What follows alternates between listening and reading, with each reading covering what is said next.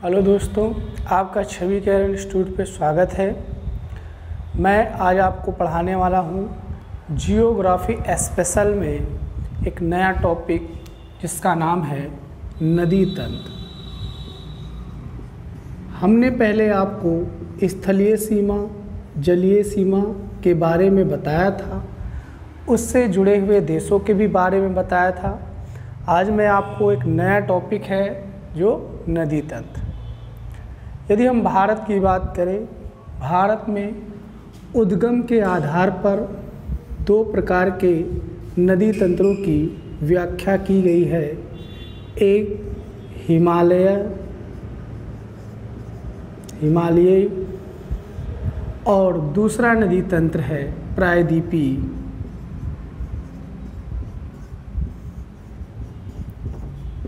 इसका मतलब हुआ ऐसी नदी जो हिमालय से निकलती है, और इसका मतलब हुआ जो प्रायद्वीपीय या पठारों या पर्वतों से निकलती है। इसमें हिमालय नदी में साल भर पानी रहता है, इसलिए इसे बारहमासी भी कहते हैं। और इस बारहमासी नदी तंत्र में तीन नदियाँ मुख्य पढ़ाई जाती हैं।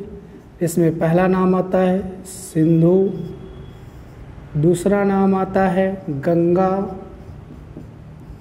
तीसरा नाम आता है ब्रह्मपुत्र।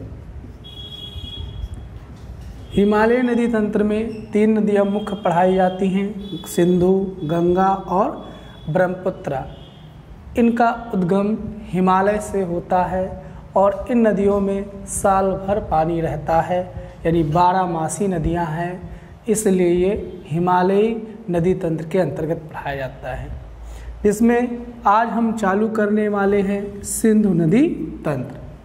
देखते हैं सिंधु नदी तंत्र क्या है, कैसे ये नदी चलती है। जिसमें हम सबसे पहली बात करेंगे सिंधु नदी तंत्र में।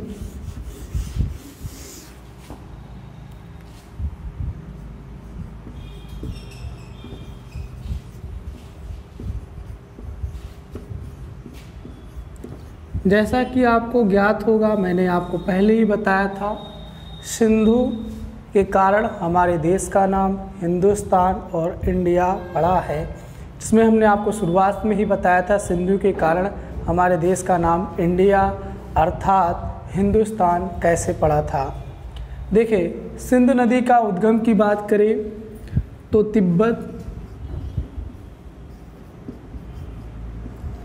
तिब्बत के पास बोखर चू नामक एक हिमनद मौजूद है, जो कि कैलाश पर्वत से बहुत ही नज़दीक है। इस बोखर चू हिमनद से जो पानी है वो एक झील में गिरता है, उसी का नाम है मान सरोवर झील। इस मान सरोवर झील से दो नदियों का उद्गम होता है।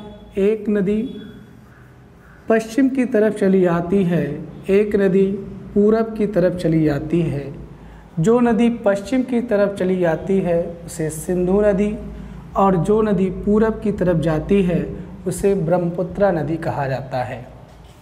इस सिंधु की बात करें तो सिंधु नदी का तिब्बत में शेर नदी यानी शेर मुख नदी या सिंघी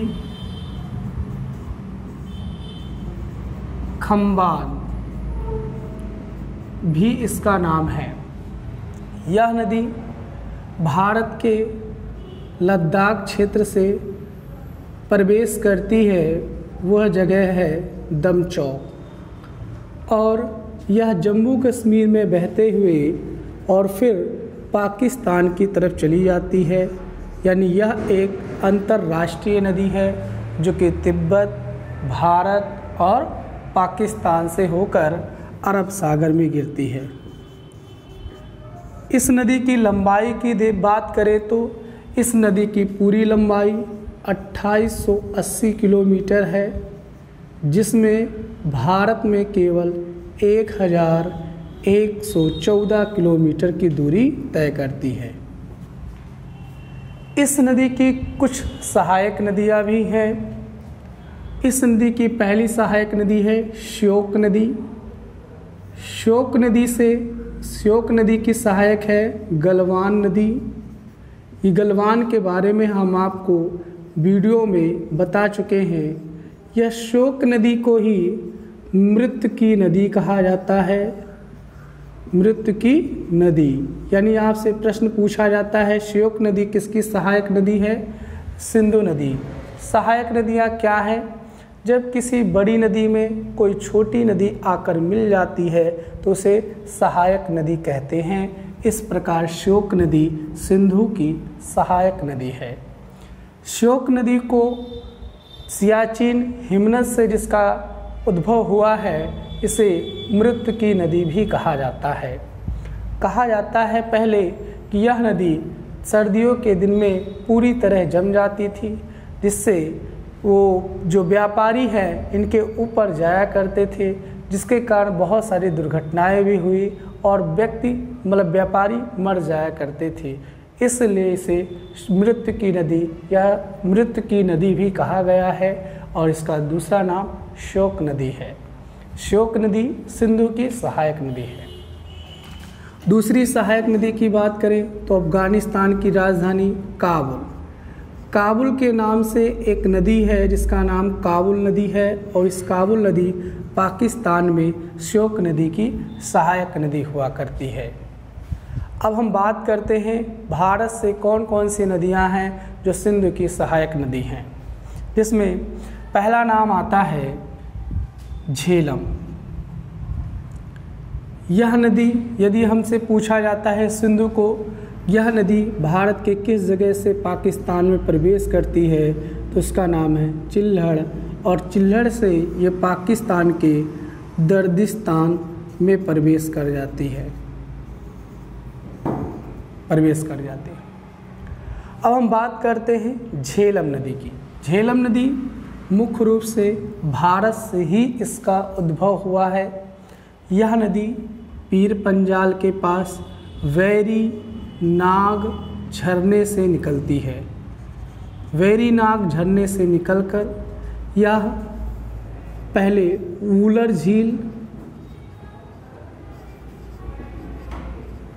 झील होते हुए पाकिस्तान में प्रवेश करती है।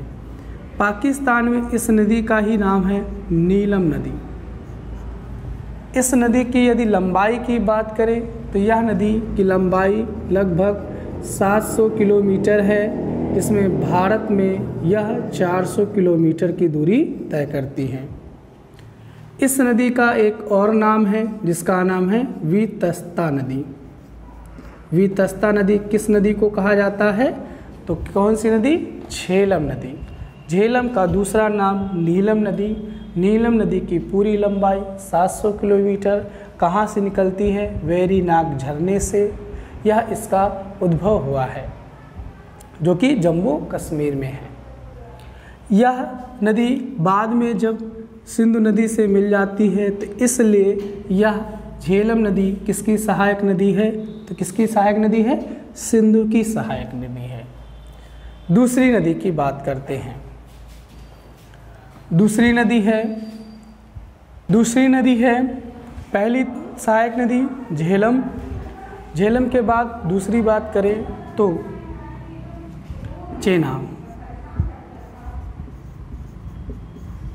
चेनाब का ही नाम है अस्कनी। यह नदी दो सहायक नदियों से मिलकर बनी है, इसमें एक का नाम है चंदा और एक का नाम है भागा। ये दोनों सहायक तांडी में आपस में मिल जाते हैं और इस जगह से इसका ही नाम रखा जाता है चेनाब नदी। यह नदी सिंधु की सबसे बड़ी सहायक नदी है जो कि पाकिस्तान में भी प्रवेश करती है। दूसरी नदी की बात करें, दूसरी नदी है रावी नदी, जो कि हिमाचल प्रदेश के रोहतांग दर्रे से निकलती है। रोहतांग दर्रे से निकलकर यह पाकिस्तान में प्रवेश करती है और पाकिस्तान का एक शहर है जिसका नाम है लाहौर। लाहौर किस नदी के किनारे स्थित है? तो रावी नदी के तट पर स्थित है। और रोहतांग दर्रे के ही पास एक कुंड है जिसका नाम है व्यास कुंड, और व्यास कुंड से निकलने वाली नदी का ही नाम है व्यास नदी। व्यास नदी जो कि आपस में सतलज नदी से मिलती है। दूसरी सहायक नदी है जो कि राकश ताल से निकलकर भारत में बहती है और इस नदी का ही नाम है सतलज। और सतलज नदी के ही तट पर ही दो बड़े बांध बनाए गए हैं, एक का नाम है भाखड़ा और एक का नाम है नागल। ये दोनों बांध बनाए गए हैं हिमाचल प्रदेश पर। और इस नदी में जब व्यास नदी मिलती है तो एक और बांध बनाया गया है जिसका नाम है हरिके बैराज। इस हरिके बैराज से ही एक नहर निकाली गई है जिसका नाम है इंदिरा गांधी या इंदिरा सागर नहर। ये सभी नदियाँ पाकिस्तान में पंचनद यानी 5 नदियों के मिलन स्थान को पंचनद कहते हैं, मिलकर पंचनद का निर्माण करती हैं। और पंचनद का ही मतलब होता है पंजाब। पंचनद का निर्माण करती हैं और अरब सागर में गिरती हैं। तो इस प्रकार सिंधु नदी की सहायक नदी कौन कौन सी हुई? झेलम, चेनाब, रावी, व्यास और सतलज नदी। तो इस प्रकार सिंधु नदी तंत्र खत्म हुआ। आइए देखते हैं सिंधु नदी समझौता क्या है।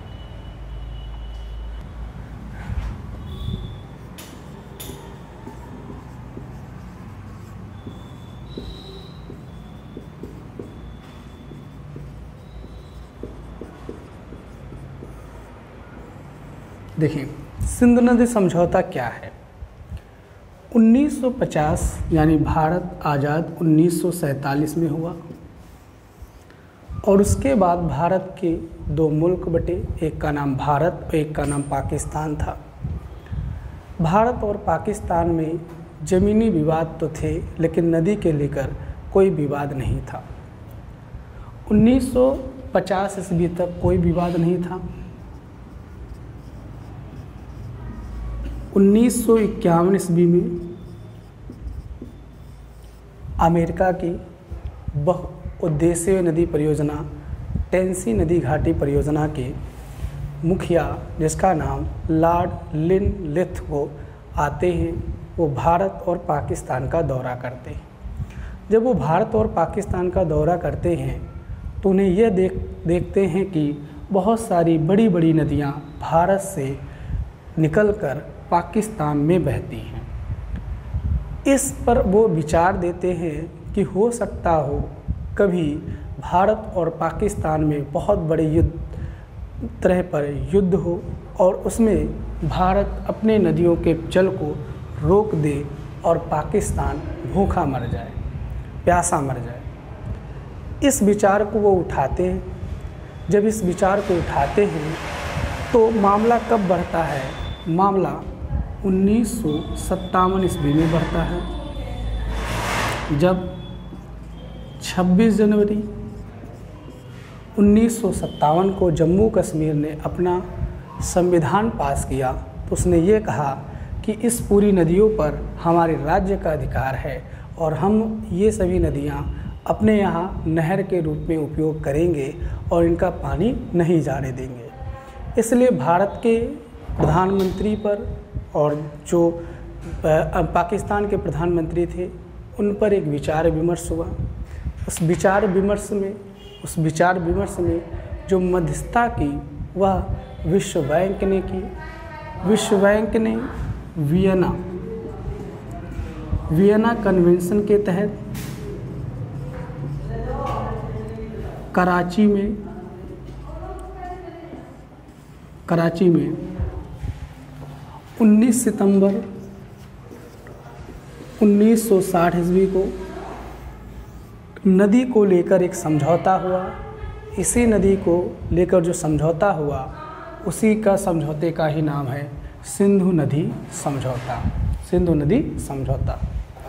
उस समय भारत की तरफ से प्रधानमंत्री जवाहरलाल नेहरू और पाकिस्तान की तरफ से राष्ट्रपति अयूब खान के बीच यह नदी घाटी समझौता हुआ। इस समझौते के आधार पर ऊपर की 3 नदियाँ यानी सिंधु, झेलम, चेनाब, इन 3 नदियों पर पाकिस्तान का पूर्ण अधिकार बताया गया और नीचे की 3 नदियाँ जिसमें रावी, व्यास और सतलज, इस नदियों को भारत का अधिकार बताया गया। यानी ऊपर की 3 नदियाँ पर पूर्णतः अधिकार किसका होगा? पाकिस्तान का। और नीचे की 3 नदियों पर पूर्णतः अधिकार किसका होगा? भारत का। इस समझौते के तहत ये बात की गई। तो सिंधु नदी समझौता किस तिथि को हुआ था? 19 सितंबर 1960 ईस्वी को जवाहरलाल नेहरू और पाकिस्तान के अयूब खान के बीच, जिसमें ऊपर की 3 नदियाँ पाकिस्तान की हैं, नीचे की 3 नदियाँ भारत की नदियाँ हुई। इस प्रकार यह सिंधु नदी समझौता हुआ। आशा है आपको यह वीडियो अवश्य समझ में आया होगा। धन्यवाद।